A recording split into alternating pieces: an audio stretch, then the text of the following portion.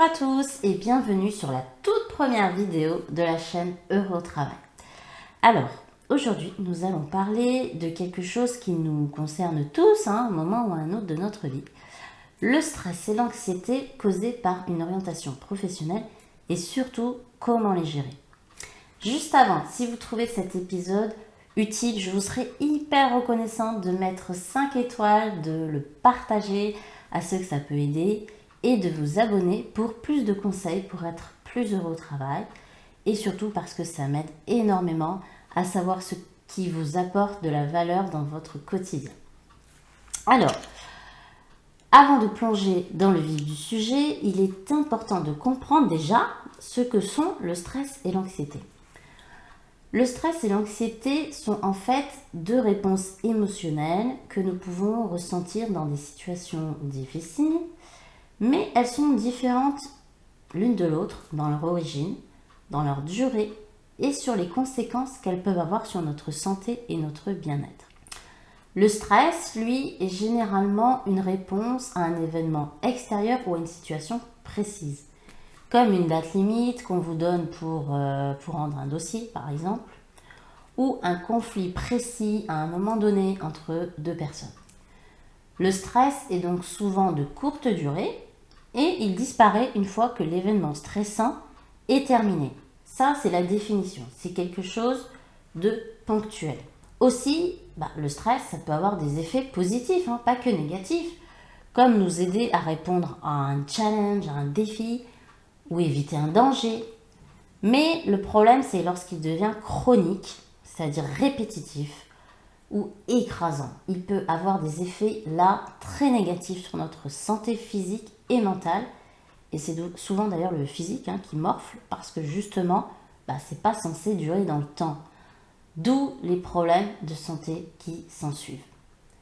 Le stress, c'est donc quelque chose qui est ponctuel et c'est notre corps qui parle, qui se prépare à une action, qui réagit, soit pour lutter, soit pour fuir, mais pas que, parce qu'en neurosciences, le cerveau face à une situation de stress utilise en fait 3 options. Soit vous faire fuir, soit vous battre avec une force que vous n'imaginez même pas avoir, soit se figer. En gros, faire le mort ou la morte comme les animaux en fait. Notre cerveau en fait est programmé comme les animaux pour choisir extrêmement rapidement une de ces 3 options. Personnellement, je peux vous donner un exemple, ça m'est arrivé une fois, une nuit, 3h du matin, et j'entends des personnes dans mon jardin qui étaient en fait en train de cambrioler l'extérieur, en fait mon jardin. Et il s'avère que c'était l'été, donc j'avais les volets ouverts, la fenêtre ouverte, je les entendais parfaitement et à un moment donné ils sont frôlé ma fenêtre, il y en a un qui s'est pris mon volet qui était fermé, entrecrocheté.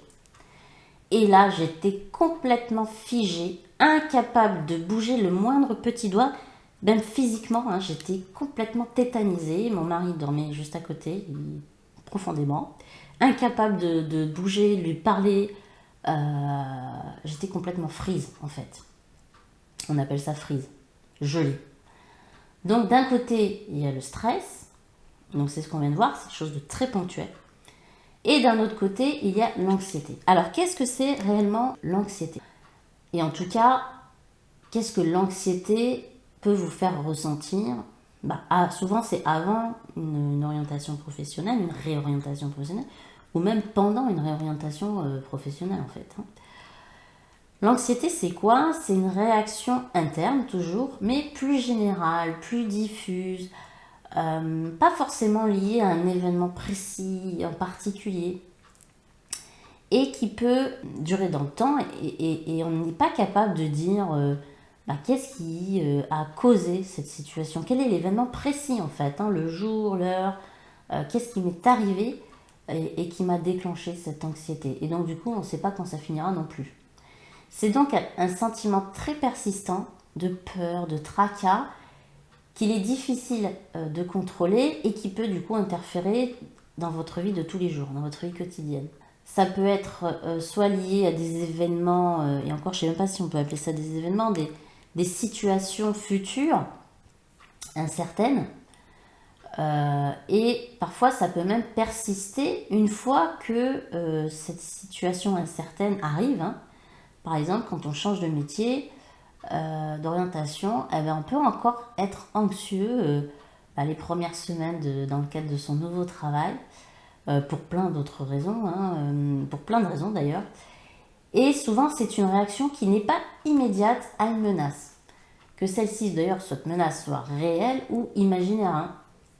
Par exemple, quand on regarde un film d'horreur, ben, on sait que c'est complètement imaginaire, on sait que c'est un scénario inventé, mais pour autant, ben, on flippe totalement, hein. Voire on crie, on a le cœur qui bat, on transpire, parfois on ne dort pas pendant une semaine, voire plus. Hein. Bref, on est complètement mal, alors qu'en fait, ça vient d'une histoire qui est complètement inventée. Et on le sait en plus que c'est inventé, mais le cerveau, lui, et là c'est scientifique, hein. Alors moi par contre je ne suis pas scientifique, mais c'est des sujets qui m'intéressent beaucoup, et donc j'ai beaucoup lu à ce sujet-là, notamment depuis cet événement du cambriolage. Le cerveau, lui, il ne sait pas faire la différence entre le réel et l'imaginaire. Sinon on ne serait jamais stressé devant un film en fait. Et on ne vivrait pas d'anxiété après le film. Dans les cas extrêmes, l'anxiété peut causer des vrais problèmes de santé physique, mais aussi mentale, comme par exemple le trouble de l'anxiété généralisée.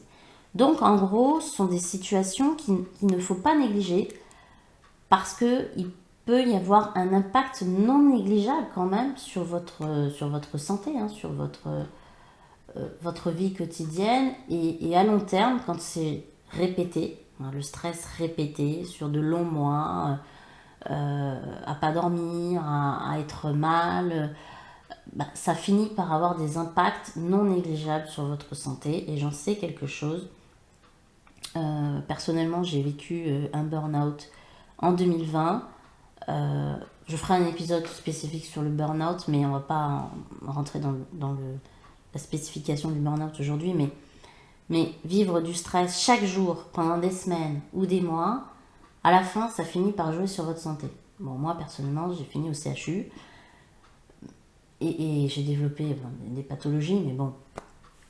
Voilà, le stress, quoi qu'on en dise, à un moment donné, c'est inévitable. Quand c'est répété, ça fout en l'air la santé. Vraiment.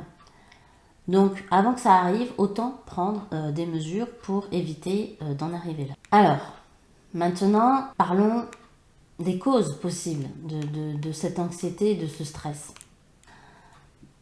Notamment lors d'une orientation professionnelle, parce que c'est un peu le sujet qui nous intéresse quand même aujourd'hui. Donc ce stress, ça peut être dû à la peur de prendre une mauvaise décision, à l'incertitude quant à son avenir, au sentiment d'être submergé par toutes les options disponibles et possibles que nous nous sommes imaginées comme métier, hein. À la peur de se retrouver sans ressources, sans job, dans la précarité, sans pouvoir payer son loyer ou son crédit, dans la peur aussi de ce que peuvent penser les autres, hein, de ses proches, de sa famille, voire même de ses collègues. Parfois, on peut même ressentir de la honte. Hein, quelqu'un qui a un job hyper haut dans la hiérarchie et qui veut complètement changer, qui veut plus manager parce que voilà, c'est quelque chose qui ne supporte plus. Parfois, on a peur que ses proches ou ses amis vous jugent parce que on se dit ah tiens, il n'est pas capable d'assumer les responsabilités. Enfin bref, toutes ces choses-là que l'on se dit peuvent causer cette anxiété ou ce stress. Mais n'oubliez pas que vous n'êtes pas seul, hein. Ces sentiments, en fait, tout le monde les ressent. Tous ceux qui vivent des réorientations professionnelles ressentent la même chose. Donc rassurez-vous. Et surtout, il existe des stratégies, des conseils, des choses que vous pouvez appliquer pour gérer ces situations. La première étape, qui peut paraître très simple, mais en même temps, je suis sûre qu'on ne le fait pas, moi comprise d'ailleurs. En tout cas, je le fais beaucoup plus aujourd'hui qu'avant, mais c'est vrai qu'avant, je le faisais franchement jamais. Cette étape, ça consiste à prendre conscience de vos sentiments En gros, de vous asseoir, de vous poser et d'essayer d'identifier concrètement qu'est-ce qui vous stresse, qu'est-ce qui vous rend anxieux. Mais franchement, très concrètement, des situations très pratico-pratiques. Et c'est vrai que la vie qu'on mène chaque jour fait qu'en fait, on ne prend même plus le temps de se poser. Et c'est pas toujours volontaire, c'est même souvent subi. On n'a souvent même pas le temps de prendre ce temps. Par exemple, une maman qui travaille, elle doit gérer ses enfants, elle doit gérer sa maison, elle doit gérer sa carrière, elle doit gérer ses rendez-vous perso, elle doit gérer ses rendez-vous pro, les activités périscolaires, les rendez-vous à gauche, à droite. Et elle n'a plus le temps de réfléchir, de se poser et de se demander qu'est-ce qu'elle ressent. Alors que cette prise de conscience peut franchement nous aider à cibler des actions précises à mener pour gérer notre stress et notre anxiété. Par exemple, si vous vous rendez compte que vous êtes stressé parce que vous ne savez pas quel chemin professionnel choisir, l'idéal, c'est de se poser vraiment et d'écrire toutes les possibilités qui se présentent à vous. Et souvent, dans ce cas, le mieux, c'est de se faire quand même accompagner par un conseiller en orientation professionnelle, ou vous pouvez faire vous-même vos recherches approfondies sur chacune des options que vous vous êtes données.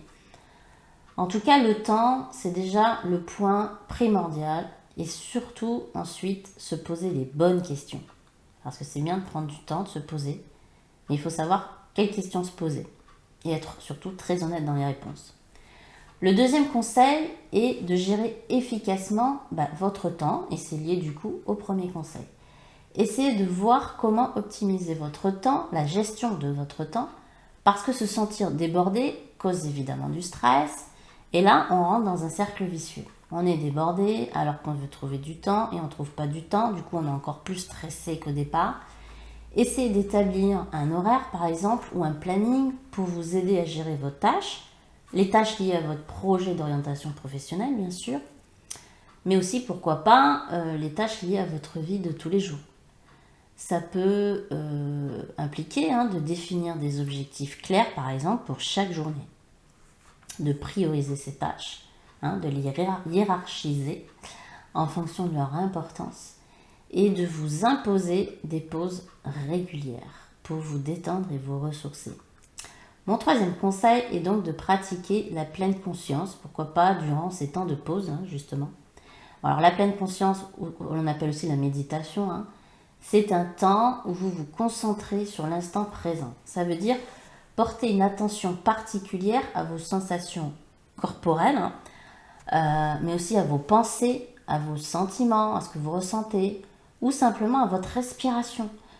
Le fait de sortir de ce qu'on appelle l'overthinking, c'est-à-dire penser trop tout le temps, ça aide franchement à réduire le stress et l'anxiété, et ça vous permet de vous concentrer sur le moment présent plutôt que de vous inquiéter inutilement de l'avenir ou des choses passées. L'avenir n'existe pas, donc on s'inquiète pour rien, et le passé n'existe plus, donc on s'inquiète aussi pour rien. Mais c'est plus fort que nous. Alors prenons du temps pour méditer et se focaliser sur l'instant présent. Vous trouverez sur internet, sur YouTube, vous trouverez des applis aussi pour vous aider à faire de la méditation. Alors vraiment le secret c'est la régularité, il faut le faire, je sais que c'est pas facile mais il faut le faire vraiment tous les jours. Faites-le, sincèrement, faites-le, ça va vraiment vous aider, vous apaiser. Mon quatrième conseil concerne la santé physique. Et oui, le stress et l'anxiété peuvent non seulement être exacerbés par une mauvaise santé physique, mais surtout, ils peuvent l'aggraver en retour. Évidemment, essayez de maintenir un régime alimentaire équilibré. Ça commence déjà par là. De faire de l'exercice régulièrement. Alors, je ne vous dis pas de faire un marathon, ça peut être marcher 30 minutes, soit en allant au travail, soit en revenant du travail, soit entre midi et 2. Alors je sais, c'est pas facile de trouver ce temps, mais ça fait partie des décisions que l'on doit prendre. Et surtout, essayer de dormir suffisamment. Alors je sais que quand on est parent, par exemple, c'est pas facile, c'est plus facile à dire qu'à faire, n'est-ce pas? J'en sais quelque chose. Mais ces facteurs-là, en tout cas, peuvent avoir un impact vraiment significatif sur votre niveau de stress et d'anxiété, c'est prouvé, hein.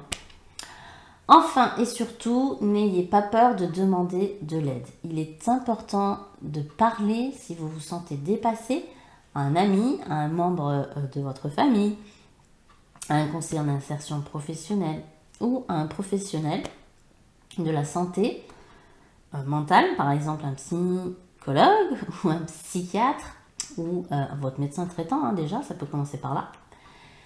Je rappelle que consulter un psy ne veut pas dire du tout qu'on a un problème, mais au contraire, je trouve personnellement que c'est une preuve d'intelligence de situation.